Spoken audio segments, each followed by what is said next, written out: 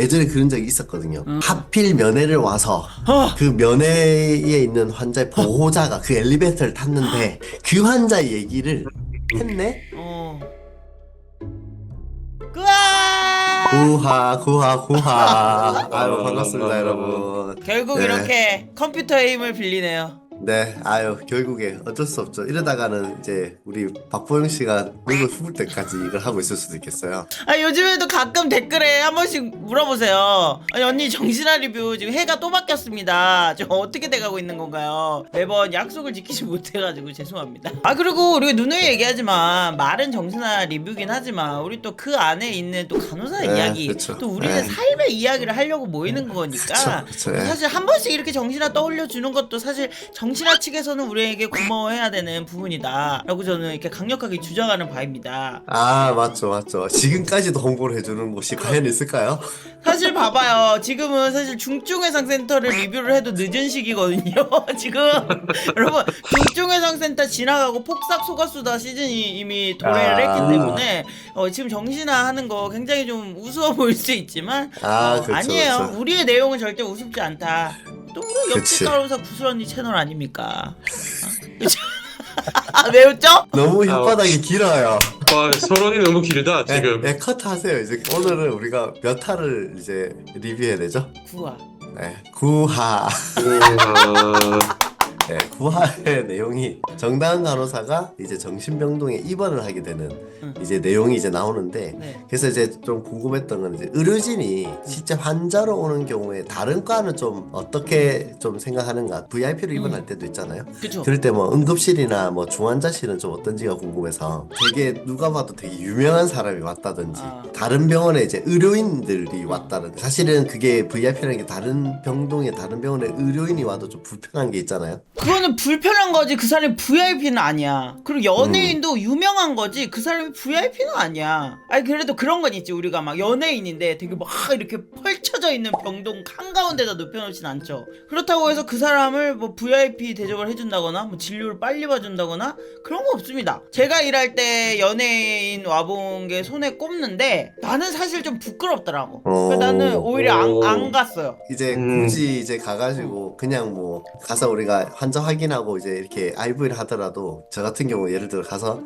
안녕하세요 한동수 간호사입니다. 그리고 이제 IV하고 지금까지 한동수 간호사였습니다. 이렇게 하고 이제 나간다든지. 무슨 발표하는 것도 아니고. 굳이? 그러면은 아니 나중에 그 한 누구 간호사 좀 불러주세요 이렇게 이제 얘기를 해. 그러면 자연스럽게 내가 담당 간호사가 되는 거지. 귀찮아지는 거 아니에요? 입신양명이라는 게 언제 어디서 기회가 나타날지 모른다.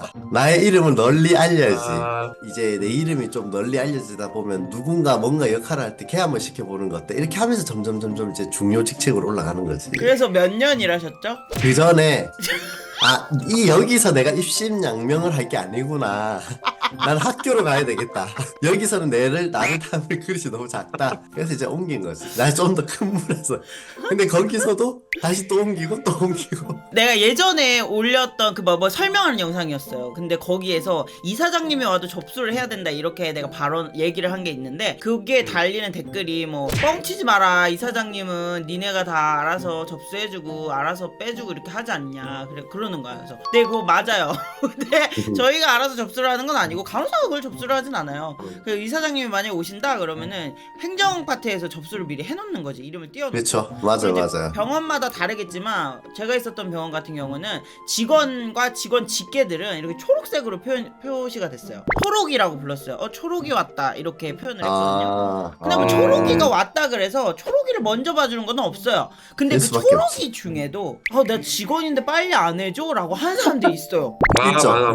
많아. 네, 은근히 많아요. 그러니까 기대 심리 갖고 오는 분들이 계시니까 그게 되게 불편하죠. 그 다음에 부하에서 나오는 내용이 뭐가 있냐면 삥거에네마. 삥거에네마. 나오죠. 또 할 말이 많지. 또 할 말이 많지. 우리 조동 선생님도 할 말이 많지 않나요? 뭐 많이 해봤죠. 저는 핑거에네마를 해본 적이 없어서. 그러니까 여기 드라마에서 간호사 주인공인 우리 정다은 간호사가 직접 말을 하잖아요. 저 핑거 에나마 좀 해달라고. 그런 경우가 있나요? 진짜로? 어때요? 조환자실이니까 특히나 NS는 이제 머리를 다쳐서 오신 분들이니까 장운동이 안 되니까 무조건 한 번씩은 거의 한다고 보는 게 맞는 거야. 환자 한 명당. 이제 이번 기간 내에 한 번은 이번 기간 내에 이게 폴리글러브나 이런 거를 한 장 끼면 안 되고 폴리글러브 한 2장 끼고 그 라텍스까지 이렇게 껴서 장착을 해가지고 이제 이걸 이제 해야 되는. 전문 간호사 따고 PA로 근무할 때 저 처음 핑거 NMR을 해봤는데 그 할 때는 굉장히 좀 서로 불편해요. 환자분도 불편하고 나도 불편해요. 정말로 딱딱한 염소똥 같은 게 딱 직장에 뭉쳐 있거든요. 우리가 생각하는 그 핑거 NM 할 때 막 이만한 응아가 막 항문을 막고 있는 게 아니라 절대. 정말 토끼똥처럼 똥돌똥 조약돌 같아요, 정말. 근데 이거를 이제 몇 겪잖아요. 그러면 나도 모르게 여러 겹을 끼게 되어 있어요. 그러면 이제 거기 이제 나오는 거죠. 이건 이제 정신과적인 건데 그 이제 약 복용할 때 정당 간호사가 약을 먹기 싫어 숨기고 다른 환자들이 막 숨기는 게 걸리고 막 이런 얘기가 나오잖아요. 네. 근데 다른 과 같은 경우에도 그런 경우가 있냐라고 하면 잘 없을 것 같긴 한데 없어요. 빨리 달라고 난리죠. 아니 왜냐면 정신과는 정말 약을 이제 숨기는 방법식이 너무 많고 뭐 이런 데 숨기는 거는 기본이고 먹는 척하면서 떨어뜨린다든지 아니면 이제 먹는 척하면서 호주머니에 넣는다든지 그리고 이제 약을 갖다가 대거 모아놓은 게 걸릴 때도 정말 많고 그 주는 시간에 약을 주고 30분 동안 보이는 데서 앉아있도록 하거든요. 소화되는 시간을 갖다 일부러 계산을 해서 그 왜냐면 먹고 바로 가서 토해버리거나 해서 개 내는 환자들이 진짜 많거든요. 이 사람이 이제 보통 약을 안 먹는 걸로 이미 몇 번에 걸린 사람이다. 그러면 이제 모든 환자 다 준 다음에 그 환자만 독대로 가서 이제 약을 갖다 완전히 이제 주는 거죠. 그럼 입안에 폴리글럽 끼고 확인할 때도 진짜 많아요. 그래서 막 물릴 때도 있고. 그러니까 정신과 환자들은 내가 안 아프다는 거를 강하게 받고 있으니까 약을 안 먹는 건지 아니면은 내가 아픈 걸 알아도 약을 안 먹는 건지. 너무 좋은 질문인데 전자가 더 많죠. 그러니까 정신과로 입원하는 환자의 대다수는 이제 병식을 가지고 있는 환자가 거의 없고 그러니까 내가 치료를 받을 필요 없다라는 것 때문에 약을 안 먹는 거고 이제 후자도 좀 있는 경우는 뭐냐면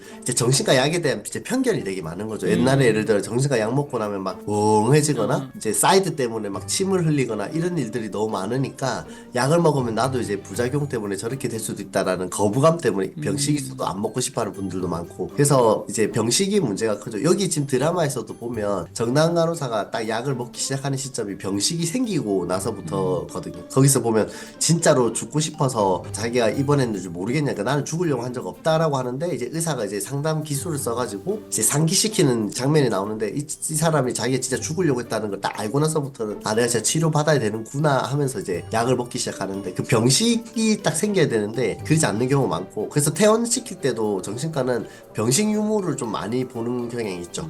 그래서 병식이 이제 있는 척하는 환자들도 많고 내가 어떻게 잘하면 퇴원을 할 수 있다라는 거를 알잖아요. 그쵸. 일부러 괜찮아진 척 하시는 환자분들도 많이 있나요? 아 있죠. 많이 있는 게 아니라 대다수 환자들이 괜찮은 척을 다 하죠. 다 괜찮은 척 하는데 어쨌든 질환이기 때문에 괜찮은 척 해도 괜찮은 척이 안 되는 게 예를 들면 이런 거예요. 내가 다리가 부러졌는데 괜찮은 척을 할 수 있겠냐고. 저는 지금 걷는데 아무 문제 없는데요 하는데 막 이렇게 걷고는 있는 거예요. 같은 맥락이라 보시면 돼요. 오케이, 오케이. 아, 딱 티가 나. 완벽하게 이해가 됐습니다. 나가죠. 근데 거꾸로인 경우도 좀 있어요. 어떤 경우가 있냐면 정상인데 이제 군 면제 받고 싶거나 그런 케이스에서 이거 어떤 케이스가 있었냐면 자기 이제 군 면제 받고 싶으니까 그냥 일부러 이제 공부를 해온 거야.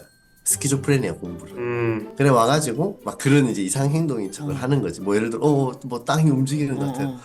저 너무 불안해서 한 불안 주세요. 막 이러면서 이제 하는 경우가 되게 많은데 티가 나지. 아, 그것도 티가 나요. 네, 너무너무 나죠. 다리 골절 안 됐는데 골절된 척을 4주 한 달 동안 할 수 있겠냐고. 쉽지 않거든요 그거.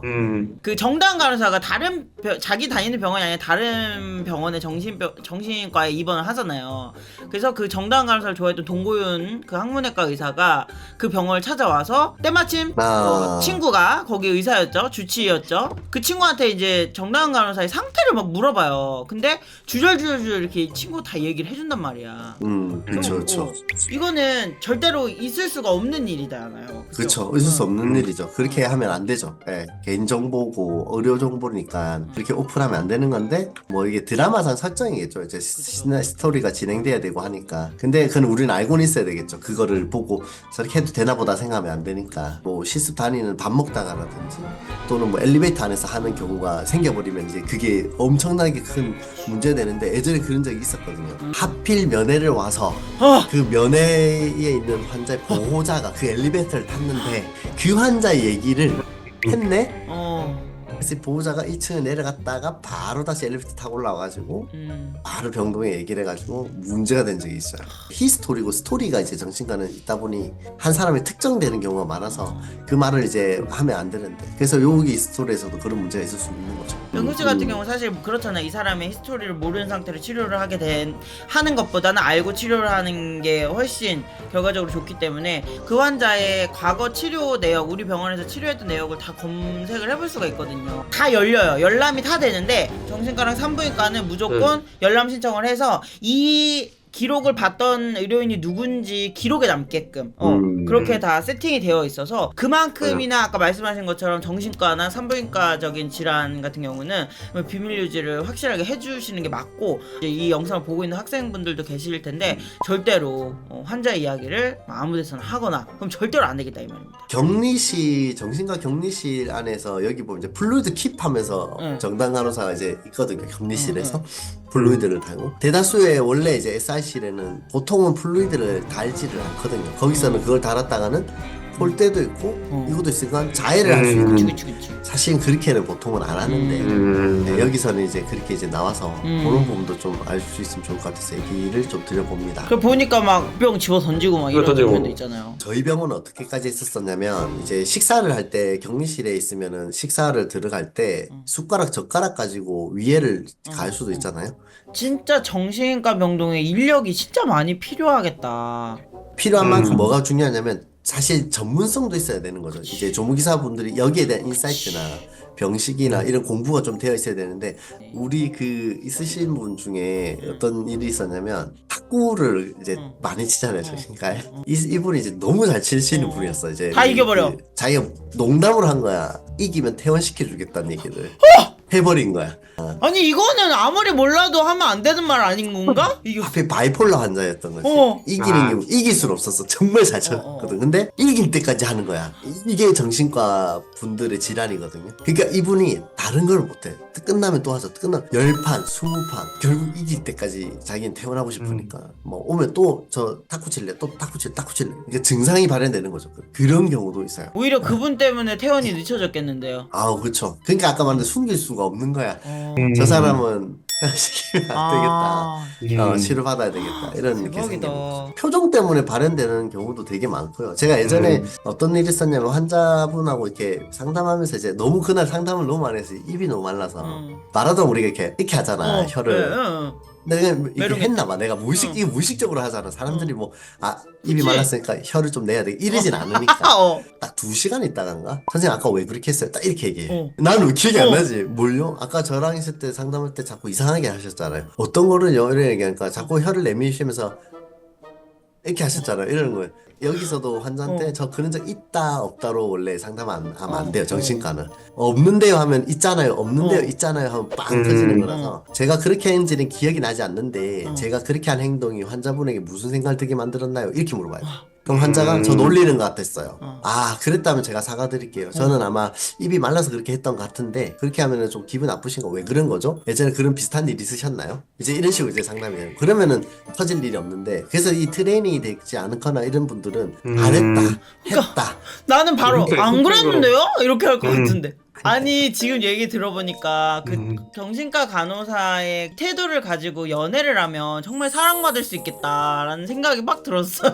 환자 취급한다 생각할 것 같은데? 그러니까 이게 그래? 서로 어. 감정도 어떨 때는 이쪽이 터지면 이쪽도 같이 터져주는 게 좀 정상적인데 이쪽 막 터지는데 다 듣고 있다가 화가 좀 많이 난 것 같다 막 이래버리면 내야만 오분오마로 느낌 확 들어버리는 경향이 있고 그게 아니야. 내가 정신과를 전공했다고 하니까 상대방 입장에서는 환자 취급하는 거야? 그 얘기 진짜 많이 들었어. 아니 나는 지금 그 대화가 너가 그랬건 안 그랬건 내가 기분이 나빴어. 근데 그거에 대해서 이제 사과를 해주고 다음부터 그러지 않을게. 하지만 나는 이런 의도가 아니고 그치. 설명까지 해주잖아. 그래서 또 구화에서 보면은 우리가 알아야 하는 부분인데 시도가 사고에 명확한 또 차이가 있잖아요. 제 시도는 실제로 행동을 옮긴 거고 사고는 생각만 한 건데 우린 생각은 많이 하잖아요. 근데 생각만 한 거랑 시도를 한 거랑의 그 위험성을 정말 다르게 보는 거죠. 정신과에서 보통 입원을 시켜야 된다는 기준에 이런 거는 이 사람이 시도를 했느냐 안 했느냐 기준을 정말 높게 보거든요. 필수 사정 딱 툴이 있어요. 툴. 그래서 제일 중요한 게 살자라고 하는 를 직접적으로 단어를 써서 물어봐야 돼요. 뭐 세상에서 좀 사라지고 싶다고 생각해 본 적 있어요. 근데 그거는 이제 지침에 맞지 않죠. 왜냐면 나는 그거를 살자라는 의미로 했지만 상대방은 다른 의미로 받아들여서 다르게 대답을 해버리면 정확한 사정이 결국 안 되는 그치. 경우가 생길 수 있으니 직접적으로 원래 무조건 물어봐야 돼요. 살자라고 생각해 본 적 있습니까? 살자를 시도한 적 있습니까?